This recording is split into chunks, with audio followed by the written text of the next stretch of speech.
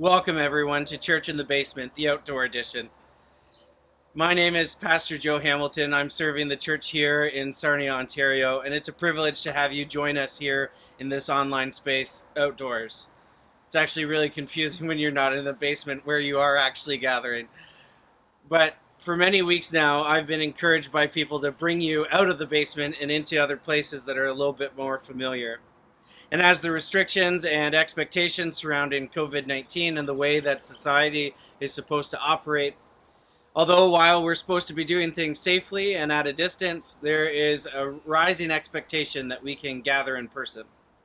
And so it's good that we are feeling that already but not yet reality of coming together. And so it's good that we come here in this space and to appreciate it together. Hopefully, as the end of June and start of July comes around the corner, we can start anticipating gathering for outdoor services here behind me. But in the meantime, enjoy this message before we go back to the basement.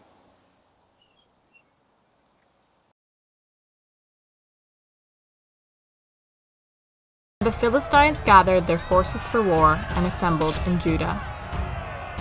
Saul and the Israelites assembled and drew up their battle line to meet the Philistines.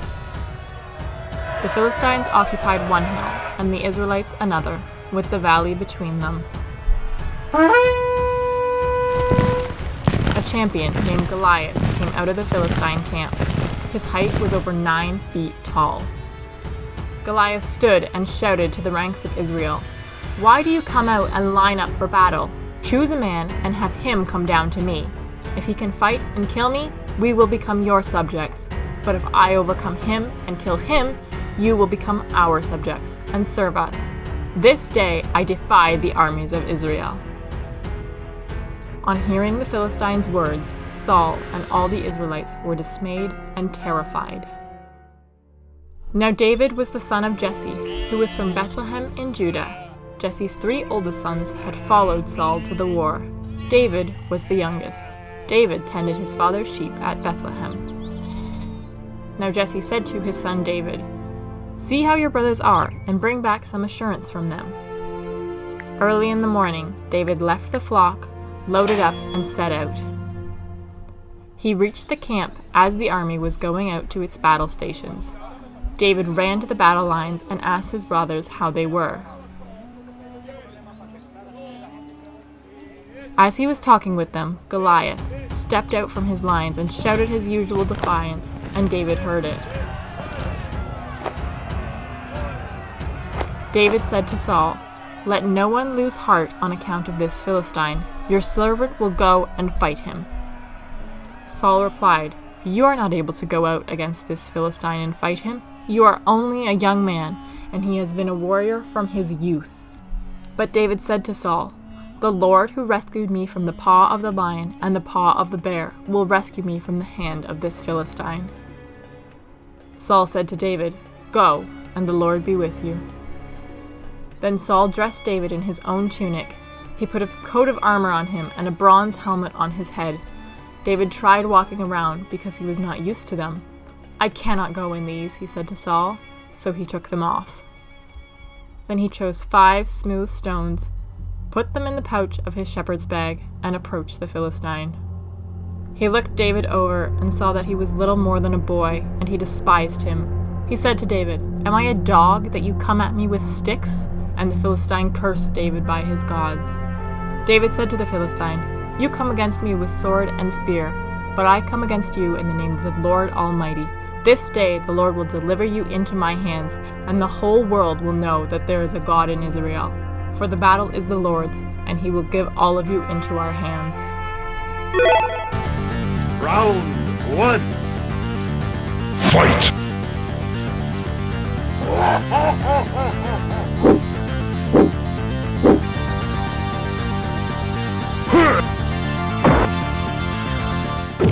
Reaching into his bag and taking out a stone, he slung it and struck the Philistine on the forehead.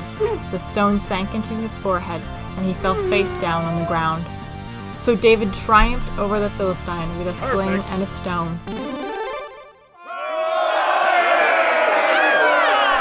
When the Philistines saw that their hero was dead, they turned and ran.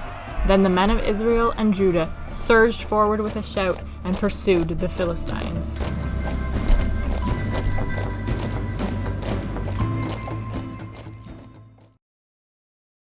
I hope you enjoyed the Street Fighter version of 1 Samuel 17 as much as I did, and the story of David and Goliath in it. I know it's not necessarily historically accurate, but it's absolutely true to the text and what the story is here as you can read it. Particularly when you see how outmanned and outgunned David is as he goes before Goliath.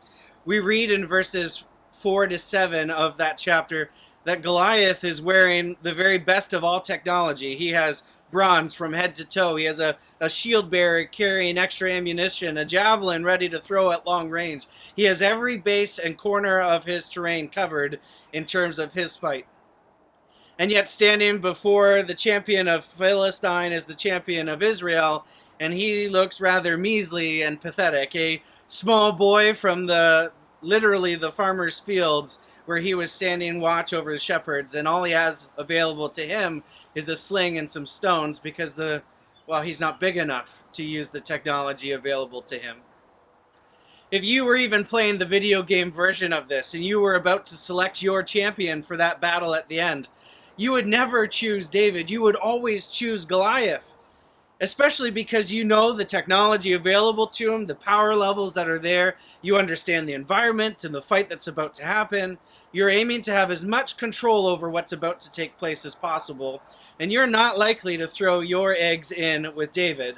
Rather, you're going to go wholesale with Goliath, as the Philistines and the army of Israel did too. But the reality is when we stand in the world outside of our basements and in a place where we have no control over what happens, we realize that we are not in our own domains or kingdoms, but we are living in God's own kingdom. And He is Lord over all of this, whether it's glorious and wonderful outside or terrifying and stormy. Whether we're in the midst of a global pandemic or we're blissfully unaware of the challenges that are laying before us in the fall time. And it's here in these moments of feeling powerless that we realize the strength and the courage of David's faith. Actually, David speaks to it himself just before his confrontation with Goliath. In verse 34, he unpacks for Saul the reason for his courage and why he is a suitable champion. And it's not because of the sling in his pouch or the stones that he's about to collect. It's not even his life experience. It's the maturity of his faith. A faith that is simple, a faith that is honest, and a faith that is trusting and understanding. A childlike faith that knows who God is and what God can do for him.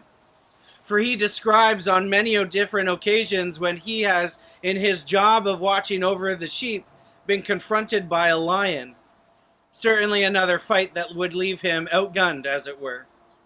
He describes a fight with a bear, another fight that would leave him outgunned. And in every single one of those occasions, when all he's armed with is a sling and a stone, God has been there at his side, and it has been more than enough to deliver him from the challenges that lay before him. He slayed the first beast, he slayed the second beast, and now as he stands looking across the battle lines at Goliath, he knows that with God at his side, he can slay the beast that defies Israel too, and that flaunts his own supremacy arrogantly in God's own face. And in that moment, as I read this text, I cast my lot in with David. For I too understand that God can do far more than we could ever ask or imagine. I've seen it in my own life, secondhand through the faith story of my parents. I've watched it in my own life, in my own marriage, as I've grown and matured in my love and understanding of how life works. I've seen it in the beauty of my kids and how trusting they are in us as parents, and understanding that when God calls us to have faith in Him, that He has an expectation that we have faith in kids the way they do their parents, when it's unblemished by our own shortcomings. I have faith and confidence in seeing how God has carried us through and out of all kinds of trials throughout the scope of history. when there were Goliath-sized problems presented before us at one moment to the next, and yet miraculously God seems to lead us through those places. Even in the moments when the outcome or when the solution doesn't seem as wholesale or as complete as we would expect, there's this fullness to it in terms of what we have now and what we're constantly working toward tomorrow. It's a glorious and wondrous picture of what God can do with us and for us. And here in the story of David and Goliath, we are reminded again that whether or not we are adorned with bronze or simply carrying a sling and stones, whether we're standing in the face of a pandemic or standing before the giants of social equality, whether we have huge opposition in front of us or unimaginable opportunity before us, God is there to give us all the strength and confidence that we need to proceed in life, knowing and trusting that he stands with us. And as Paul says later in the New Testament, when confronted with the realities of death, if God is for us, who could possibly stand against us? The answer to that is no one and nothing. God's will be done, and it's our choice to trust him in the meantime.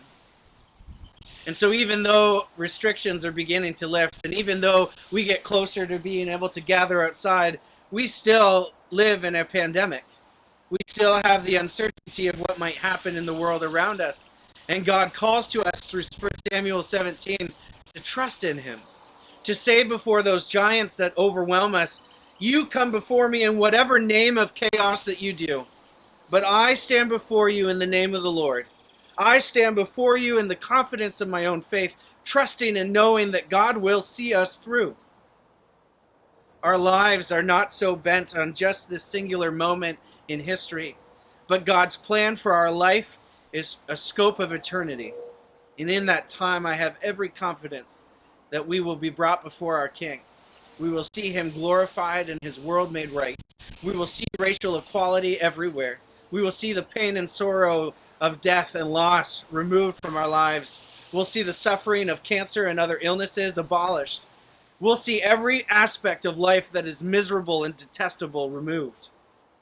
And in that moment, we'll stand with the childlike faith of believers who put their trust in God and the sling in their pocket and the recognition that with God's own strength, the stone that they fling will be more than enough to topple those giants. That God himself is always with us. As you continue your worship this week, may God fill you with the confidence of faith that helps you to stand sturdy in the context of the world that you're living in. May he fill you with the strength to stay steady and unnerved before whatever giant overwhelms you. Trust and know that God is your God and he is at your side, now and always. Peace.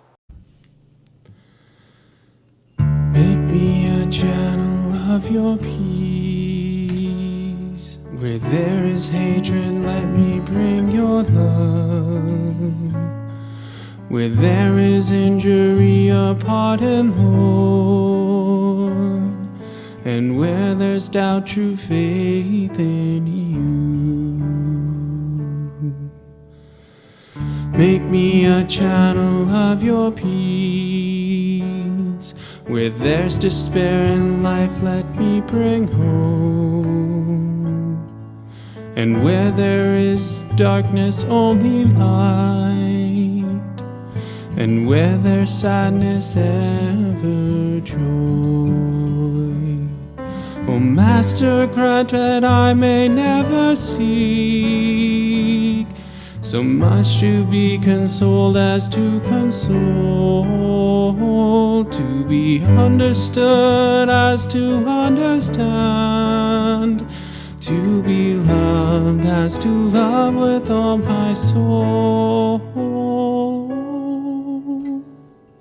Make me a channel of your peace. It is in pardoning that we are pardoned, in giving to all men that we receive, and in dying that we're born to eternal life.